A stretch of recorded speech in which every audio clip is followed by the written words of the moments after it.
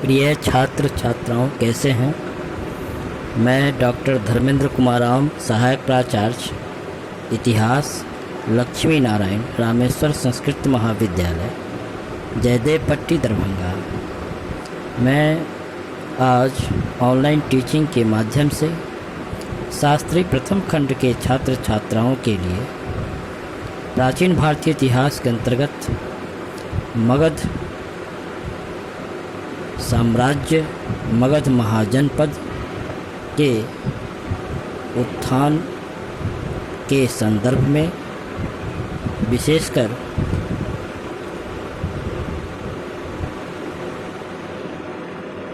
हर्यक वंश के प्रमुख शासक बिंबिसार के द्वारा मगध के साम्राज्यिक विस्तार हेतु उसके द्वारा अपनाए जाने वाली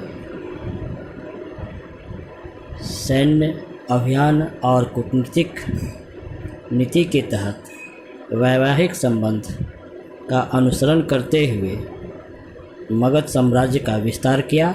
उस पर हम लोग कल चर्चा कर लिए थे। आज हम लोग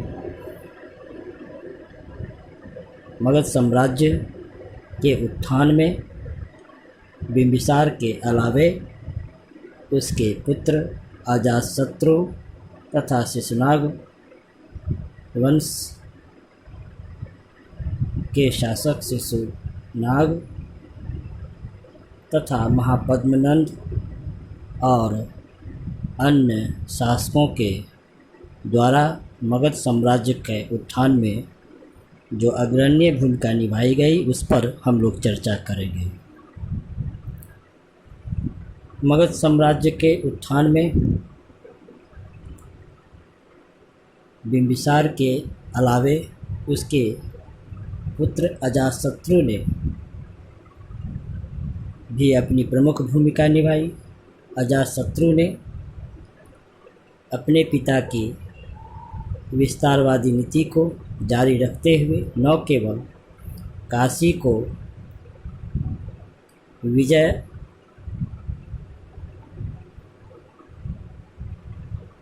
विजित किया, बल्कि उसने लिच्छवी राज्य पर भी आक्रमण कर वैशाली को भी अपने मगध साम्राज्य में शामिल कर लिया।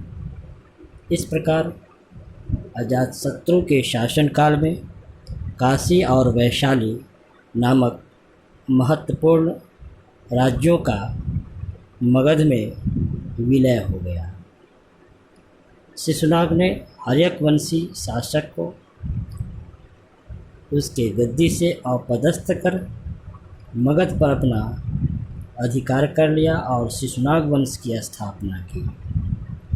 शिशुनाग के शासनकाल की महत्वपूर्ण उपलब्धि यह थी कि उसने मगध साम्राज्य का विस्तार करते हुए अवंती राज्य को भी मगध में शामिल किया था।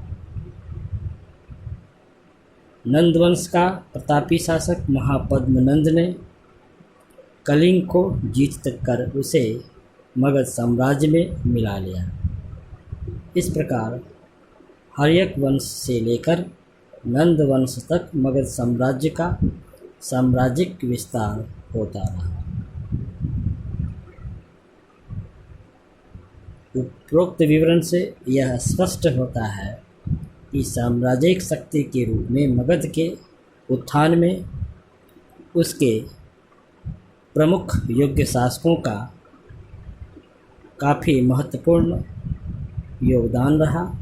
लेकिन यह कहना उपयुक्त नहीं होगा कि मगध का उत्थान केवल उसके योग्य शासकों के व्यक्तिगत प्रयासों के चलते ही संभव हुआ, क्योंकि अजातशत्रु और महापद्मनंद के उत्तराधिकारी अयोग्य और निर्बल थे। फिर भी मगध की शक्ति लगातार बढ़ती गई। इस प्रकार सूक्ष्म विश्लेषण से हमें यह ज्ञात होता है कि मगध की सफलता के पीछे और भी कई कारण मौजूद थे। मगध प्रदेश प्राकृतिक संसाधन की दृष्टि से काफ़ी धनी प्रदेश था। साथ ही मगध की जो भौगोलिक स्थिति थी उसके अनुकूल थी कि वहाँ से निचले गंगा के मैदानों पर आसानी से नियंत्रण स्थापित किया जा सकता था।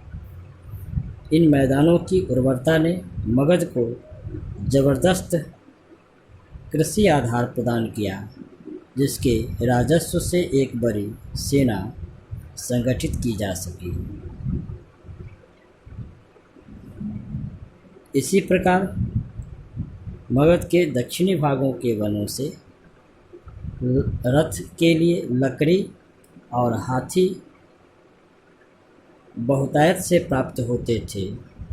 साथ ही दक्षिण के पठारी भागों से प्राप्त होने वाला तांबा, लोहा आदि जैसे खनिज मगध राजाओं के लिए वरदान साबित हुए, क्योंकि लोहे द्वारा सेना के लिए अस्त्र शस्त्रों का निर्माण आसानी से होने लगा।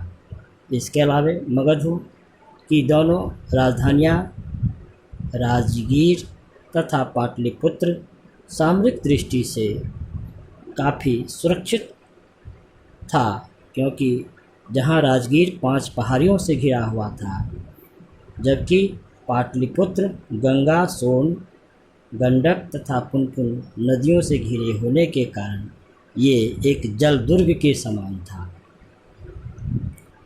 तो बच्चों, आज हम लोग मगध के साम्राज्य के उत्थान के संदर्भ में चर्चा किए। धन्यवाद।